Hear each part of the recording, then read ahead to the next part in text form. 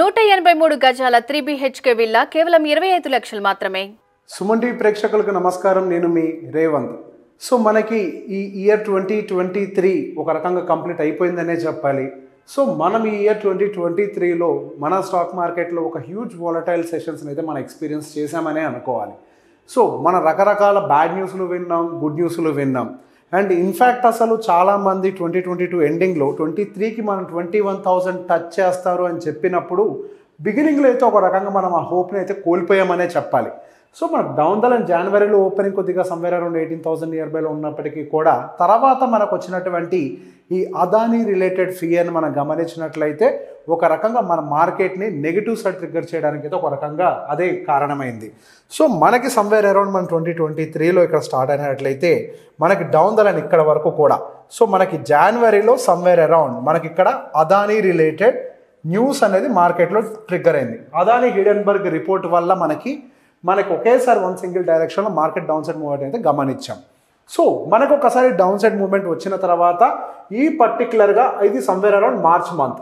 So ఈ March నెలలో మనకు పర్టికులర్గా మనకి ఏ డేట్ అయితే వస్తుంది, సహజంగా ఈ కంపెనీస్ వాళ్ళ యొక్క యాన్యువల్ రిపోర్ట్స్ పోస్ట్ చేయడం మొదలు పెడుతూ ఉంటారు. సో ఎప్పుడైతే ఈ యాన్యువల్ రిపోర్ట్స్ పోస్ట్ చేయడం అనేది మనకి ఈ మార్చ్ ఎండింగ్ ఆర్ ఏప్రిల్ బిగినింగ్లో స్టార్ట్ అయిందో మనకు ఒక రకంగా చెప్పాలంటే ఇక్కడి నుంచి ఒక మంచి డైరెక్షన్ అనేది హయ్యర్ సైడ్ ట్రిగ్గర్ అయిందనే చెప్పాలి. అండ్ మనకి దాదాపుగా ఇది వచ్చేసరికి సమ్వేర్ అరౌండ్ జూలై వరకు కూడా వన్ సింగిల్ డైరెక్షన్లో మూవ్ అయిందని చెప్పాలి. మార్చ్ ఎండింగ్లో మొదలైంది, అది April, May, June and almost July వరకు కూడా మనకి కంటిన్యూస్గా వన్ సింగిల్ డైరెక్షన్లోనే మార్కెట్ హయ్యర్ సైడ్ మూవ్ అయింది. మనకి పడేటప్పుడు మాత్రం మనకి జనవరి నుంచి మార్చ్కి సమ్వేర్ అరౌండ్ 7% డౌన్ సైడ్ పడినట్లయితే మనకి మార్చ్ నుంచి జూలై వరకు కూడా హయ్యర్ సైడ్ పెరిగేటప్పుడు మాత్రం సుమారుగా 19% హయ్యర్ సైడ్ మూవ్ అవ్వడం అయితే గమనించాం. ఒక రకంగా చెప్పాలంటే మనకి ఈ సంవత్సరం మొత్తంలో కూడా one of the biggest move ఎప్పుడు వచ్చింది అని అంటే ఈ మార్చ్ టు జూలై. ఇక్కడ మీరు గమనించినట్లయితే ఒక రెగ్యులర్ మంచి బుల్ ర్యాలీ ప్యాటర్న్ మాత్రమే ఇందులో కనిపిస్తూ ఉంది. ప్రాపర్గా పైకి వెళ్తుంది, డిప్ వస్తుంది, పైకి వెళ్తుంది, డిప్ వస్తుంది, పైకి వెళ్తుంది, డిప్ వస్తుంది, పైకి వెళ్తుంది, డిప్ వస్తుంది, పైకి వెళ్తుంది. అంటే ఒక రెగ్యులర్ బుల్ ర్యాలీ ప్యాటర్న్ ఏదైతే ఉంటుందో ఆ ప్యాటర్న్ అయితే కంప్లీట్గా ఫాలో అవుతూ ప్రాపర్గా హయ్యర్ హైస్ని బ్రేక్ చేసుకుంటూ మనకి జూలై వరకు కూడా వన్ సింగిల్ డైరెక్షన్లో మార్కెట్ పైకి వెళ్ళడం అయితే గమనించాం. సో పర్టికులర్గా ఈ జూలై టైంలో ఏం జరిగింది అని అంటే ఒక రకంగా చెప్పాలంటే ఫెడ్ ఇంట్రెస్ట్ రేట్స్కి సంబంధించి ఒక రకంగా అదే లాస్ట్ ఇంట్రెస్ట్ రేట్ హైక్ అనుకుంటా. ఈ సమయంలో సుమారుగా మనకి ఫెడ్ అనేది ఇంట్రెస్ట్ రేట్ హైక్ అనేది చేసింది. సో ఈ ఇంట్రెస్ట్ రేట్ హైక్ చేసినప్పుడు మేబీ ఒక రకంగా చెప్పాలంటే అది హ్యూజ్ బ్యాడ్ న్యూస్ ఏం కాకపోవచ్చు మార్కెట్కి. కాకపోతే హవెవర్ ఈ బుల్ ర్యాలీ జరిగిన తర్వాత కొంత కన్సాలిడేషన్ మార్కెట్కి అవసరం. అండ్ దాంతోపాటుగా ఈ ఎకనామిక్ డేటాని కూడా కొంతవరకు అబ్జర్వ్ చేసే ప్రయత్నం కూడా చేస్తూ ఉండాలి, కొంత సమయాన్ని తీసుకోవాలి. సో ఈ గ్యాప్లో మనకి ఈ జూలై నుంచి సుమారుగా ఆగస్ట్ వరకు కూడా అంటే సుమారుగా మనకి ఈ 1 మంత్ టైం ఫ్రేమ్లో ఒక 3.5% అనేది మనకి డిప్ అయింది. సో మనకు ఒక బుల్ ర్యాలీ జరుగుతున్నప్పుడు 3.5% అనేది ఒక హెల్దీ కరెక్షన్గానే చూడాలి. ఒక రకంగా మనకి ఈ 3.5% అనేది చాలా హెల్దీగా వచ్చిందనే చెప్పాలి. And right from the August నుంచి మనకి సుమారుగా సెప్టెంబర్ వరకు కూడా అగైన్ ఒక చిన్నపాటి రికవరీ వచ్చింది. ద ప్రీవియస్ హైని మీట్ చేసే ప్రయత్నం చేసింది సమ్వేర్ అరౌండ్ 5% రికవరీ తోటి. అండ్ ఇక్కడి నుంచి మనకి సుమారుగా అక్టోబర్ టైం వరకు కూడా అంటే ఈ పాయింట్ వరకు కూడా ఇన్ మిడిల్ ఎక్కడో మనకి ఇజ్రాయెల్ రిలేటెడ్ వార్ అనేది అవుట్ బ్రేక్ అయింది. సో ఈ జర్నీలో ఈ ఇజ్రాయెల్ వార్ అనేది అవుట్ బ్రేక్ అయిన తర్వాత మార్కెట్లో మరి కొంతవరకు కరెక్షన్ అయితే చూసాము. అంటే ఫస్ట్ ఇనీషియల్ స్టేజెస్లో పట్టించుకున్నప్పటికీ తర్వాత దానితో పాటుగా యాడ్ అవుతున్నటువంటి కొన్ని ఎకనామికల్ డేటాస్ అండ్ జియోపొలిటికల్గా కూడా ఏమన్నా అన్సర్టనిటీస్ ఉంటాయేమో ఒక భయం. సో ఇవన్నీ కూడా కొంతవరకు ట్రిగ్గర్ అయ్యి అక్టోబర్ మంత్ వరకు కూడా మనకి ఒక 6% వరకు కూడా కరెక్షన్ జరిగింది. అండ్ అక్టోబర్ నుంచి వన్ సింగిల్ డైరెక్షన్ మనకి ఇక్కడన్నా అట్లీస్ట్ ప్రాపర్గా ఇంక్రీజ్ అవ్వటము, మళ్ళీ కొంత ప్రాఫిట్ బుకింగ్ రావడం అనేది చూసాం. కానీ మీరు అక్టోబర్ నుంచి వచ్చినటువంటి ర్యాలీని గమనించినట్లయితే వన్ సింగిల్ డైరెక్షన్లో అక్టోబర్ టు డిసెంబర్ వరకు కూడా ఇది ఒక వన్ సింగిల్ డైరెక్షన్లో ర్యాలీ వచ్చింది. సుమారుగా 14.5% అనేది మనకి హయ్యర్ సైడ్ వెళ్ళటం అయితే గమనించాం. So one single direction. So ఇందులో మనకి మేజర్గా డ్రైవ్ చేసింది ఏంటి అని అంటే అఫ్కోర్స్ మనకి బిగినింగ్లో వచ్చేసరికి కొంతవరకు కార్పొరేట్ రిజల్ట్స్ అయితే మనకి కొంతవరకు ఫ్యూయల్ ఇచ్చి ఉంటాయి.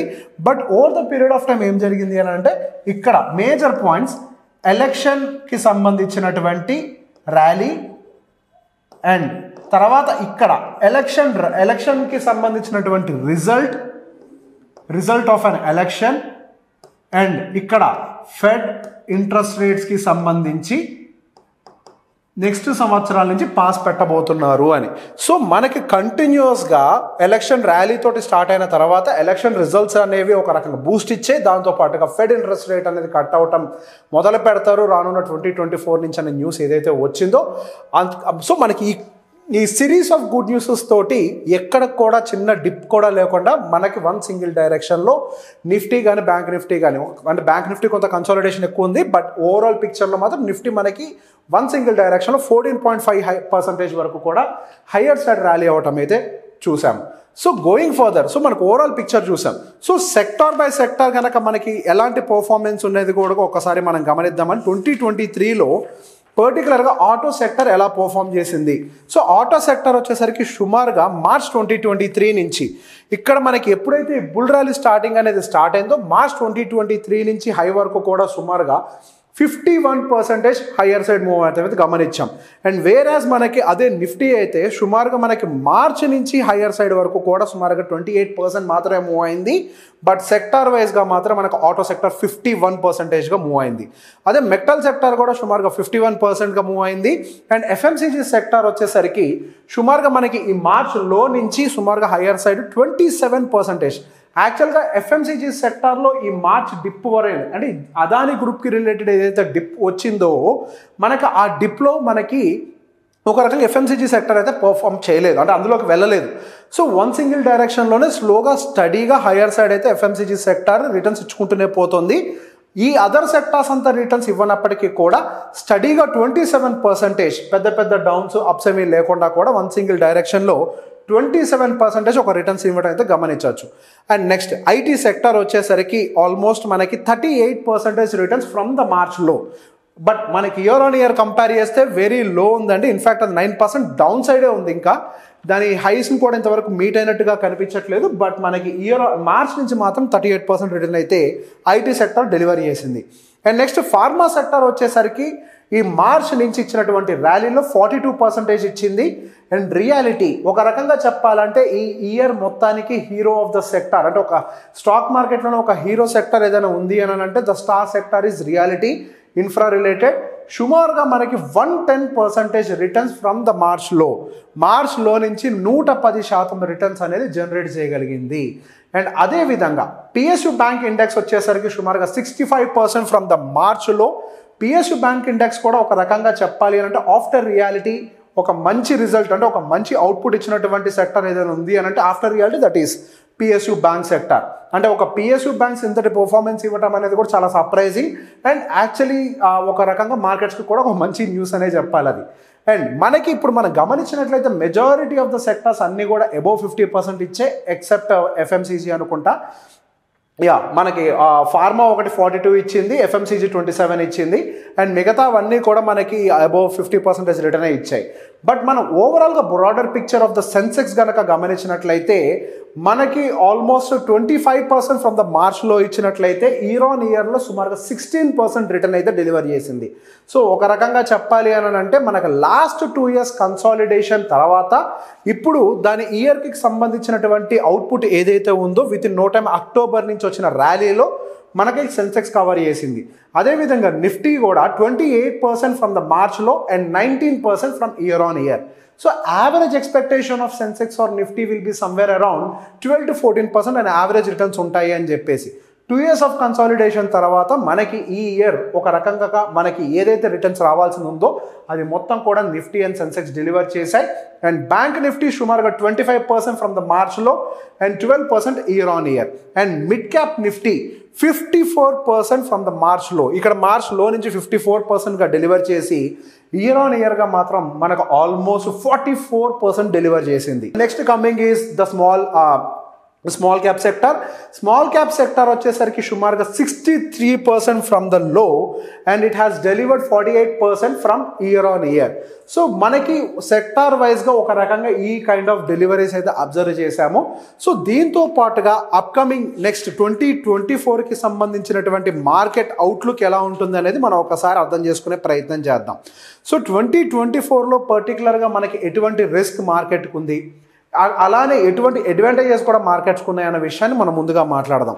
సో ముందుగా మనం థ్రెడ్స్ ఏవైతే ఉన్నాయో వాటిని ఎలిమినేట్ చేసే ప్రయత్నం చేద్దాం. సో మార్కెట్కి వచ్చేసరికి రిసెషన్ రిలేటెడ్గా ఒక మైల్డ్ రిస్క్ అయితే ఉన్నట్టుగానే కనిపిస్తోంది. సో డౌన్ ద లైన్ మనకి 2025 జూన్ వరకు కూడా ఈ రిస్క్ అనేది క్యారీ అవుతుందని చెప్పేసి మనకి గ్లోబల్ ఎకనామికల్ న్యూస్ అనేది మార్కెట్లో అయితే ఫ్లో అవుతుంది. సో 2024లో ఈ రిసెషన్ ఫియర్ కనుక యాక్సెలరేట్ అవ్వకపోతే మార్కెట్కి అయితే ఈ బూస్ట్ అనేది కంటిన్యూ అయ్యే అవకాశాలు కనిపిస్తూనే ఉన్నాయి. అదేవిధంగా ఈ జియో పొలిటికల్ అన్సర్టనిటీ అనేది కంటిన్యూ అయ్యే అవకాశాలు ఉన్నాయి. మన ఇండియాలో కూడా మనకి ఈ ఎలక్షన్ రిలేటెడ్ ఫియర్ అనేది మనకి సమ్వేర్ అరౌండ్ మే ఆ టైంలో వస్తుందని అనుకుంటున్నాము. అండ్ దాంతోపాటుగా మనకి గ్లోబల్గా కూడా గ్లోబల్ లీడర్స్ కూడా ఎలక్ట్ అయ్యే సమయం కూడా వచ్చింది. కాబట్టి ఈ గ్లోబల్ అన్సర్టనిటీ అనేది అంటే జియో పొలిటికల్ అన్సర్టనిటీ అనేది మాత్రం మార్కెట్ని కొంతవరకు డ్రైవ్ చేసే అవకాశాలు ఉంటాయి.